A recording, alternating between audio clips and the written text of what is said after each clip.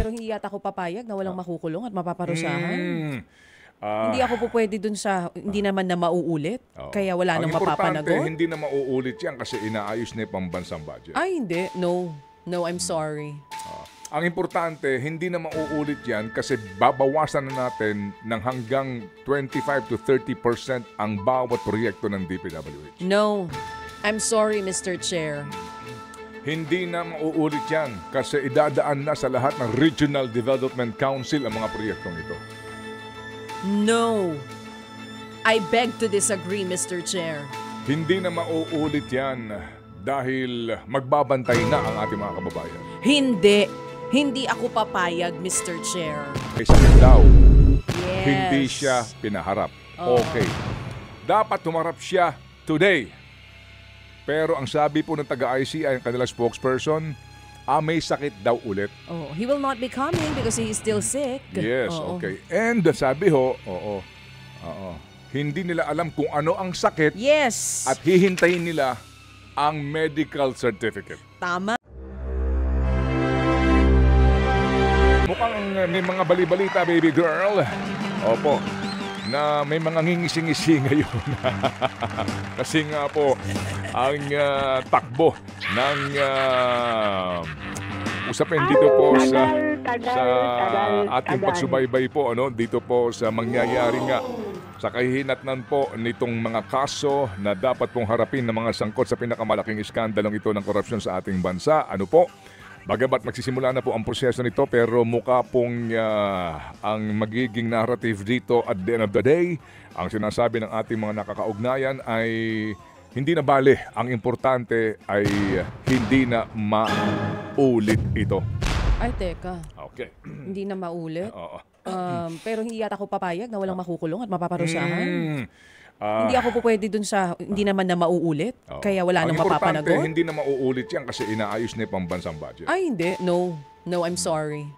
Ang importante, hindi na mauulit yan kasi babawasan na natin ng hanggang 25 to 30% ang bawat proyekto ng DPWH. No. I'm sorry, Mr. Chair.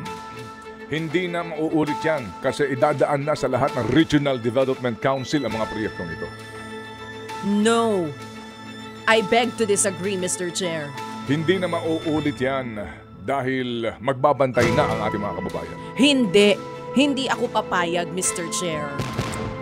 Hindi na mauulit yan dahil ngayon mulat na ang bayan dito sa mga katiwalian na ito. Puro ka PR, Mr. Chair. Nanggigigil ako sa'yo. Ha? Sa mga taga You Bulacan. sounded like them. Opo. Oo, Hindi na nasapian mauulit kanila, yan. ha? Nasapian kanila. Nitong mga Wala nagpapanggap. pang undas. Oo, nasapian ka nitong mga nagpapanggap at nagpipiling malinis. Ay, dok, papayag ng gano'n. Papayag ba kayo ng gano'n, mga kababayan, mga kapatid? Na yung litanya na hindi naman na mauulit, aayusin na natin ang budget, gagawin na nating transparent, Okay. ila-livestream natin ang bycam. Hindi kami papayag doon. Ano ba gusto mo mangyari? Gusto ko may makulong. Bilisan nyo magpanagot. Tagal na eh, oh. Nagtatanong na nga dito si Ruth Cabal kanina eh. Ano sabi Ng niya? Pasko. Hindi pwede matuloy ang Pasko nang walang nakukulong, magagalit si Lord. Sorry pero paliwanag lang natin to. Oh, sige. Okay, sige po. So bahala na ho kayo sa inyo pong mga reaksyon at kaisipan kasi nga, alam niyo ho yun, yung ating pong araw-araw, 5 taon na po natin panalangin niya, yung kahinahuna na tanggapin ng mga bagay na hindi na po natin kayang baguhin. At lakas na loob na baguhin, yung mga bagay na kaya pa po natin. Yung sistema po na umiiral ngayon, hindi na po natin mababago yan. Yan ang sistema eh. Yan po ang ating patakaran. Yan po ang ating umiiral na batas. Okay? Pwede ka sigurong magbago ng mga taong nangangasiwa sa pagpapatupad ng sistemang ito. Pero ngayon, may magagawa pa tayo sa mga nakalulungkot dyan.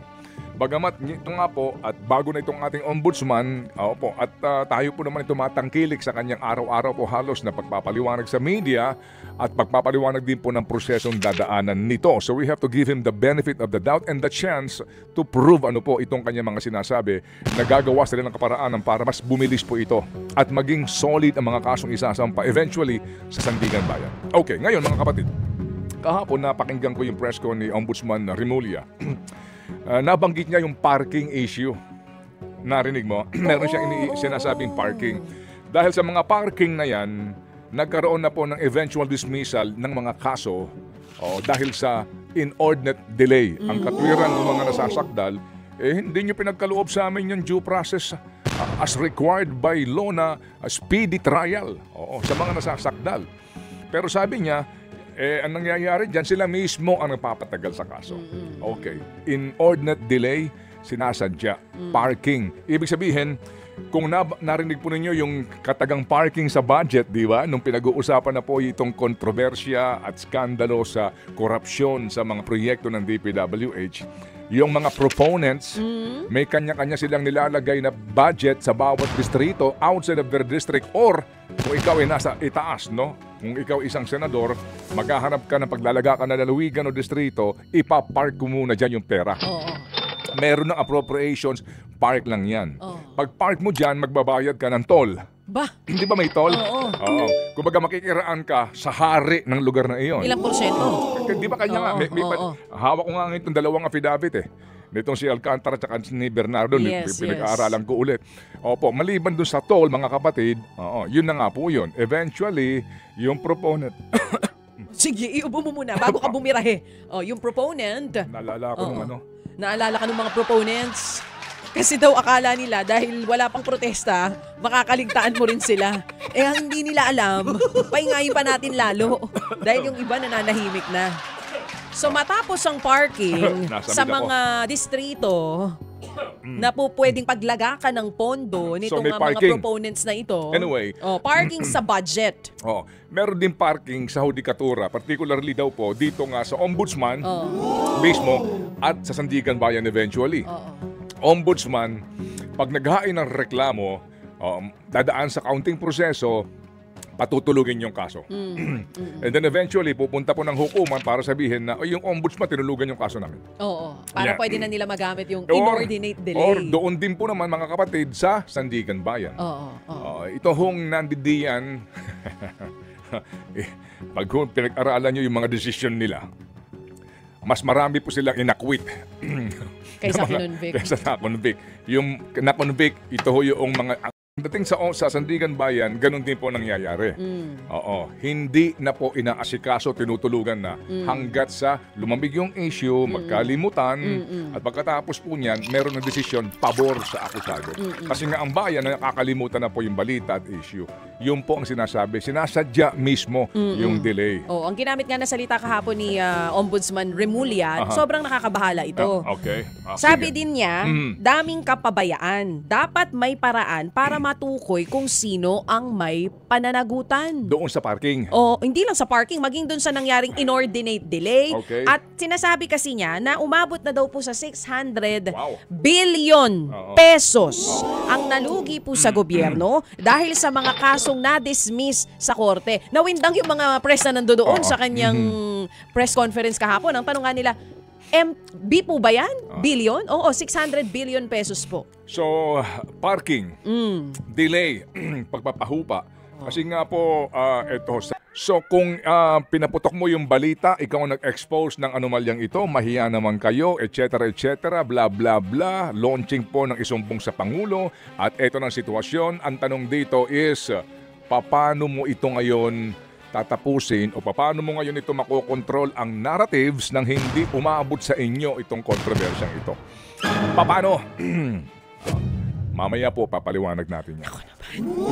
Abangan. Kasi itong ICI na ito lang po. Si Roberto Bernardo, yung USEC ng DPWH. Tandaan natin si Bryce Hernandez ang unang kumanta. Tumatanggi si Alcantara. Eventually si Alcantara, nag-execute ng affidavit, bagamat hindi pa rin po as in tell all, pero meron na siya binabanggit doon, pati yung scheme. And eventually, lumantad na po yung Bernardo, bagamat sinasabi niya na wala akong kinalaman kila Bernardo, at kila Alcantara at kay Hernandez na iyan, pero ito nalalaman ko. At may mga pinangalanan. Meron siya dito sinasabi, meron siyang personal knowledge. Yan ang kanyang ginamit sa kanyang affidavit. Okay, si Bernardo humarap in the Senate. Okay. And then, kung babalikan mo yung petsang nun, nung nabuo yung ICI, humarap siya ng isang beses lang sa ICI. Tama.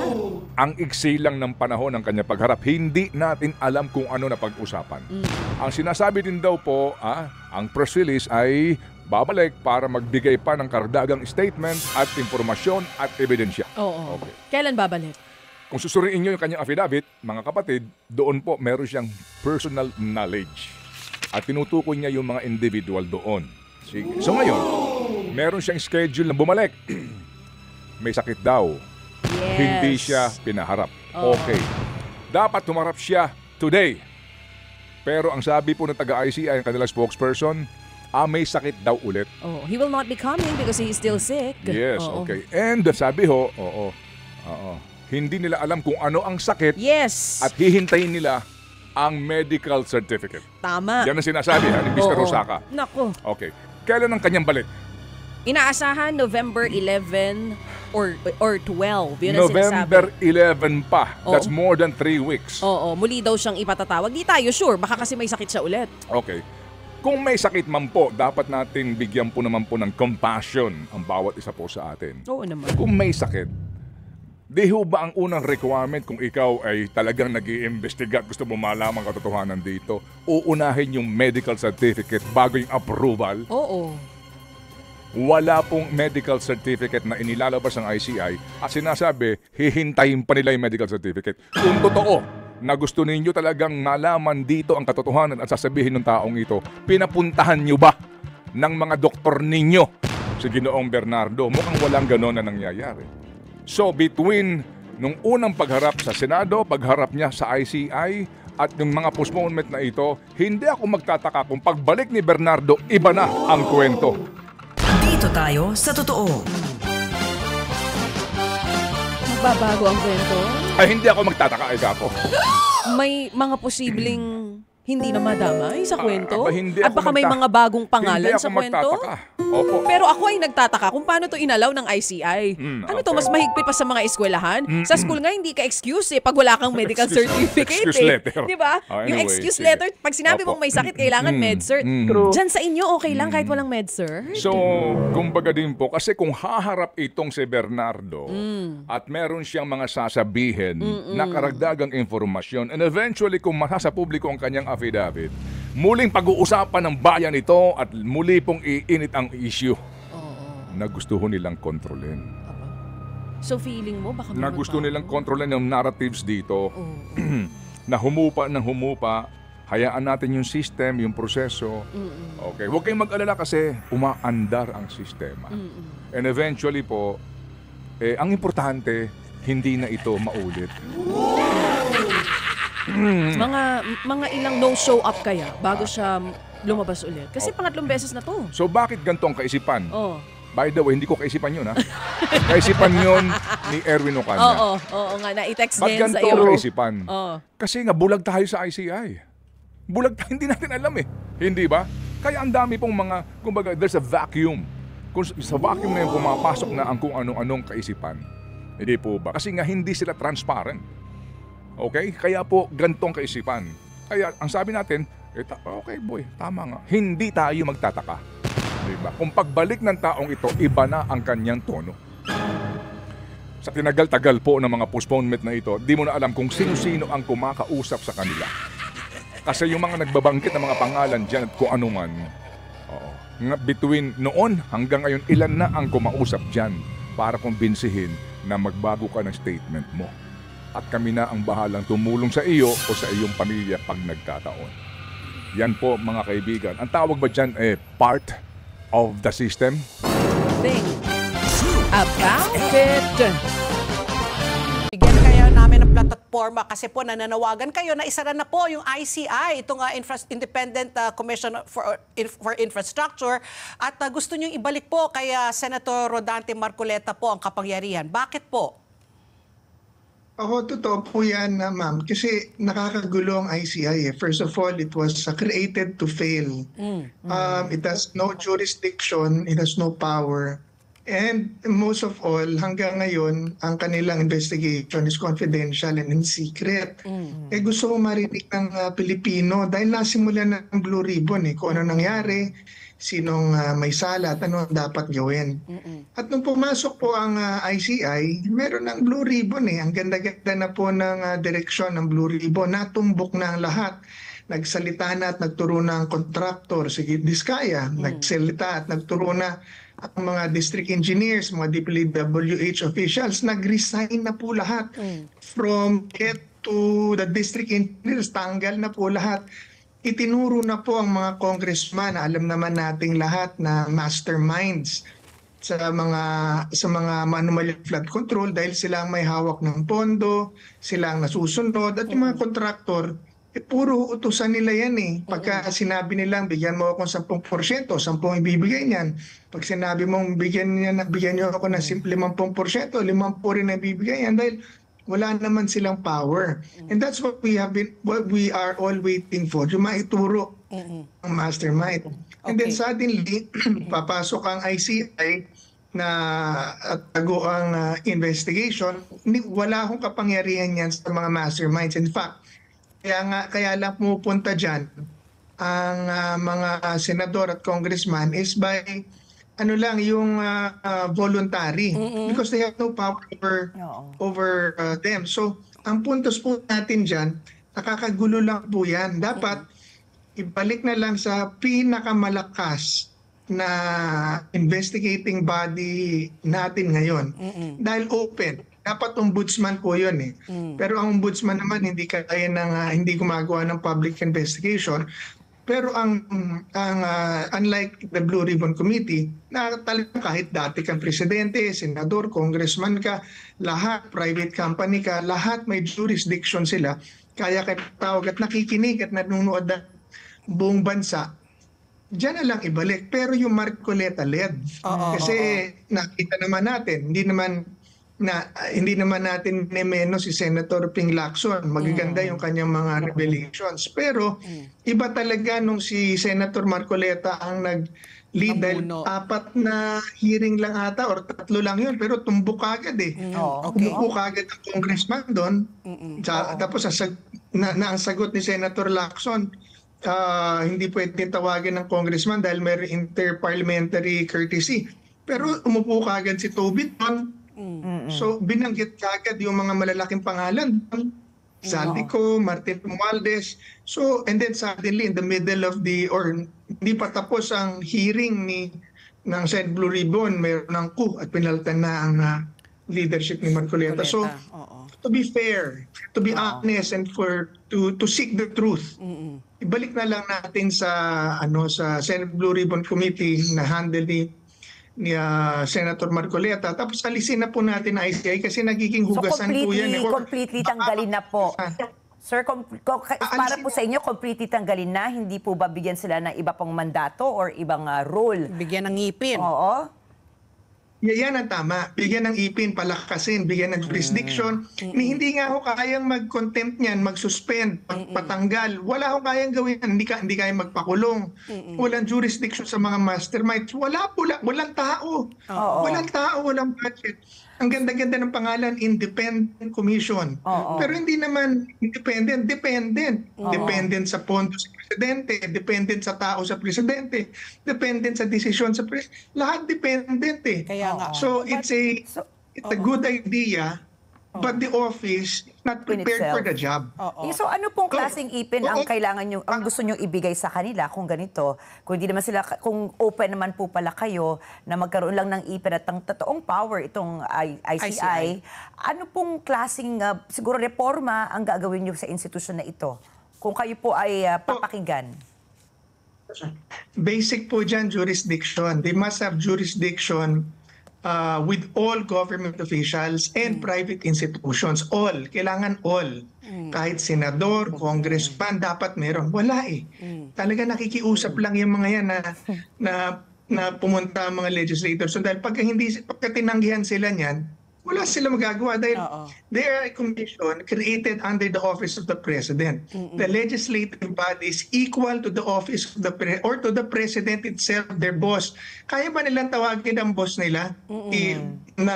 Sa kanila, hindi rin nila kayang tawagin ng mga congressman at senator, ba't pumupunta? Accommodation lang po yun. Pero pag tinanggihan yan, wala na, number one, jurisdiction. Number two, yung penalizing power, dapat kaya nilang magpakulong, contempt, magpadampot, without going through court, yung sila lang. Yun. Tapos, bigyan ng pondo. You're talking about what? 1.7 trillion po ang lumalabas na flood control scandal. Flood control pa lang yun. Tapos bibigyan mo sila ng 20 million for 1 year? How will you fight 1 trillion against 20 million? Wala talaga, walang tao. Walang tao na staff yun eh. Apat lang sila dyan. Tapos ang sabi nila, humihiram sila ng tao sa DOJ. Kaya katakot-takot po ang MOA signing yan sa police, sa NBI, sa DPWH. Kasi nga on their own, wala silang tao. So, walang tao, walang pondo, walang jurisdiction, walang power. Ano magagawa niyan? The media. Tapos gupa. So Sir Belica, ito po, no, obviously, no, talagang marami, not only you, no, kanina kausap lang po namin si George Barcelon, ang hinihingi rin nila, no, itong 34 business groups, no, na bigyan ng mas maraming ngipin ang kapangyarihan ng ICI. Malamya, kumbaga, no, ang kapangyarihan po ng ICI. But I guess for now, we have to just, sabi nga ni Yusek Claire Castro, parang ano naman daw ang presidente, na he's satisfied with the proceedings, no, of the ICI. But to see whether it's going to prosper, magiging successful po ko sila, immediately ako, do you agree na dapat rin po na kailangan i-live stream man lang, i-open sa publiko ang kanilang mga hearings? Ayun, no, yun naman, kumbaga maliit lang na budget ang kailangan yan, camera lang siguro niyan, at saka internet connection. Kasi nga, sabi mo nga, kulang sa tao, dagdag yung budget nila, 20 million a year lang. Pero yung pagla-live stream, isa ba yan sa mga masasabi nating dapat na gawin na talaga ng ICI na kayang-kaya na naman nilang gawin? Opo, ma'am. Basic yun, ma'am. Facebook Live lang, matutuwa ng tao. Manunood ang tao sa Facebook Live, mapakinggan lang ang tanungan at sagutan doon. Bakit hindi nila gawin? Di ba nagpapatawag na nga sila ng mga tao, wala naman sa kanilang jurisdiction, nagpapatawag na sila ng mga opisina na kalalaki. They're already exercising power. But hindi nila magawa. You call kahit ASPN, kahit whatever network, mag-cover kayo rito, walang gastos. Hindi nga dapat pinag-uusapan yun, ma'am. Tapos, secondly, whether the president is satisfied or not, ang tanong dito, satisfied ba ang tao? Not the president. Ito pong kasong to is not about whether satisfied ang gobyerno o hindi. Ang arkabyado po dito, taong bayan. Ang nanakawan dito, bayan, hindi ho presidente, hindi senador. Sila ang mga suspect dito na nagkuntsabaan dahil hindi mo mailalabas ang pondo at hindi mo magagawa ang pondo nang walang participation ng both Congress and the Office of the President. The budget is signed by the President and the budget is prepared by Congress. So, sila ang suspect dito and people want to know the truth. Nagrarally na nga po eh. Araw-araw na nasa social media at media to. So, immaterial yung whether satisfied ang Pangulo. What they should be thinking right now, satisfied ba ang taong bayan? I don't think so dahil gaya na sinabi niyo, si George Barcelon, yung businessman yan ngayon, nagsasalita na ng corruption.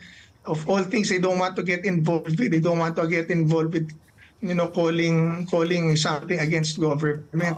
Ma'am, I'll just make it clear. I have very high respect for the members and the commissioners and the chairman of the ICI. Magagaling na tao, magaganda track record. But it's the office that was created for them that is inappropriate, incapable, and is to fail. Mapapahiya po sila dyan. In the end, sila sisisihin ng tao. So, ayan po ang inyong fearless forecast nga, no? Na hindi rin nila may isa-serve yung binigay sa kanilang misyon. So, sa tingin niyo po, ito, I'm very curious lang po, sir, dahil alam naman po natin na napakalawak ng inyong karanasan, fighting corruption. Sa tingin niyo po, bakit kaya number one, sabi niyo nga kanina, secret yung mga kanilang ginagawang pag-meeting at pag-iimbestiga. kayo po ay talagang lumaban sa korupsyon na ilang taon na. So, sa tingin niyo po, bakit? Bakit nagkakaroon ng non-transparency? Tama po kayo, as individuals, mabubuti pong tao yung nakatalaga dyan sa ICI, ano? Pero ano po yung, sa tingin ninyo, kailangan lang i-improve bukod po sa transparency para po kahit paano, maibalik yung tiwala ng taong bayan? Well, number one, siguro 90% dyan transparency. And then yung number 2 dyan, yung pag narinig ang kanilang mga investigasyon, tanungan at direksyon, kailangan tumbok-tumbok talaga dun sa mga papunta sa mastermind. Dun talaga ang punta noon. Number 3, makasuhan, makulong at mabawi. Maraming mahabang proseso. Pero mag-uumpisa po yan sa transparency. Kasi kung wala kang tinatago, bakit ayaw mong ilabas? Kaya nagdududa po ang tao. Hindi ko sinasabing may tinatago sila for now, hindi pa. Pero kung ayaw mong ilabas, magdududa talaga ang tao. Dahil bakit? Bakit? Naririnig na namin sa Senado yan eh. Senado na yun eh. Hindi pa nga kayo senador, hindi nga kayo congressman. Yun, Senado na nga yun. Naririnig namin, tapos kayo, working under the office of the President, ayaw nyo. Commission lang kayo. Diba? So sir, if bakit? if they deliver po the 90% of, as you said, 90% is transparency. If they do deliver on that po, sa tingin niyo ba may babago yung inyong pananaw na hindi sila magfe-fail at the end? Medyo mag-improve, pero then we have to watch the deliberation. Dahil mabubuking po ang lahat ng kalokohan pag transparent na eh. Kasi makikita mo kung may iniiwasan. Makikita mo kung merong idinidiin. So, doon po tapos makikita mo kung saan nagtapos. Natapos ba to sa case filing? Meron ba itong napakulong? At hindi lang dapat yung napakulong na kung sino-sino. Dapat yung napakulong yung mastermind. Meron ba itong kapangyarihan at mababawi ba nito ang ninakaw? Kahit huwag na muna tayong dumating doon sa mababago mong sistema at hindi nila kaya yun, Kongreso po ang gagawa nun. Pero hanggang doon lang. Okay. Diba, mabawi, makulong, tsaka yung mastermind na matumbok. Oo. Sir Belica, ito po, no, may maraming pangalan na po ang lumitaw, no, mga nasa likod po nitong flood control scandal. Sa inyong palagay ho ba, sino mga dapat talagang managot na po ngayon? Base po sa mga investigasyon na po nangyari, yung mga pangalan na po nalalantad, yung mga agad-agad. Kanina po meron kaming news report, yung Quezon City jailhouse, no, hinahanda na daw. It can accommodate up to 200. Do you think talaga po within the year, ha? What did you say? Kalokohan po yun. Kalokohan. Kalokohan drama. Anyway. Oo. So ako, sa tingin nyo, dito po sa mga pangalan na po lumabas, sino pwede na po natin masabing masampulan? Kumbaga, talagang maski na nung denial po ang gawin, yung ebidensya po ay talagang nagtuturo na po sa kanila. Wag muna tayo dun sa kulungan. Dun muna sa dapat imbestigahan. Sino po na mga dapat agad marinig? Martin Romualdez, Zaldico, President Marcos. Yan ang mga sinasabi. Lahat ng 17 binanggit na pangalan na congressman sa Senado. Plus yung idinagdag pa ni Senator Lacson. Lahat po, kailangan lahat imbestigahan. Lahat. Hindi pa pwedeng pili lang. Lahat. Kasi alam na ng tao. Yung mga BGC boys po.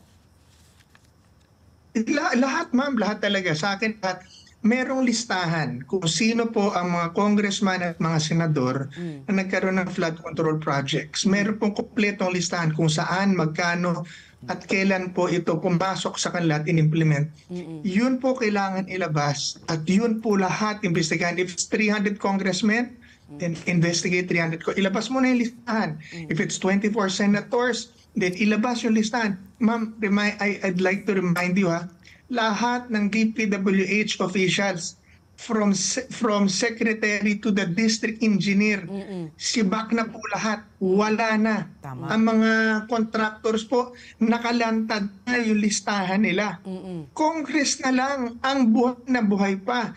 Sila na ang prime suspect, sila pa ang nag-iimbestiga. When I talk about Congress, I talk about, I mean both houses of Congress. Yeah. So this is so unfair. Oo. Di ba? Bakit yung iniimbestigahan o yung nag-iimbestiga, ang dapat iniimbestigahan. Bakit yung pa nag-iimbestiga? So it has to be a neutral and dapat kasi talaga totoo lang ombudsman po ito eh. Yes, oo. In fact, yung mga na-implicate, ito po ang aking suggestion eh.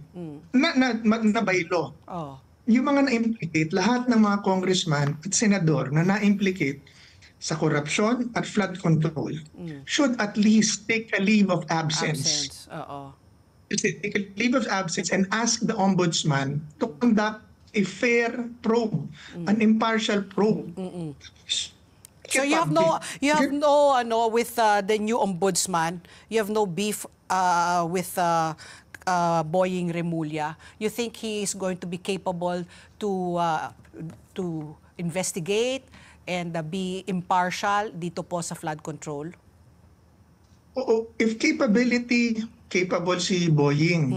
Ngayon, we cannot judge him right na dahil kaupo pa lang niya. Mapapanood po natin yan. Pero by law, even by law, kung ano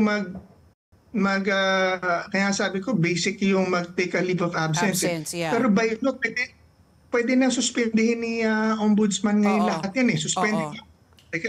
Suspended muna kayo, mag-iimbestiga muna kami, antay kayo na investigation. Tapos because of the nature of this case, the nature of the case is it already has become a national concern. It's already a public investigation dealing with public funds. In fact, international concern na po ito, hindi na to public concern dahil naalala ko mayroong isang celebrity na nandun daw sa ibang bansa, ayaw palitan yung pera niya dahil galing daw sa corruption sa Pilipinas. Ayun, so the whole world is already watching. So ibig sabihin, the ombudsman can maybe take an exception for this case to make it public kasi it's the whole watching. Okay. Sige nako, that's all the time we have.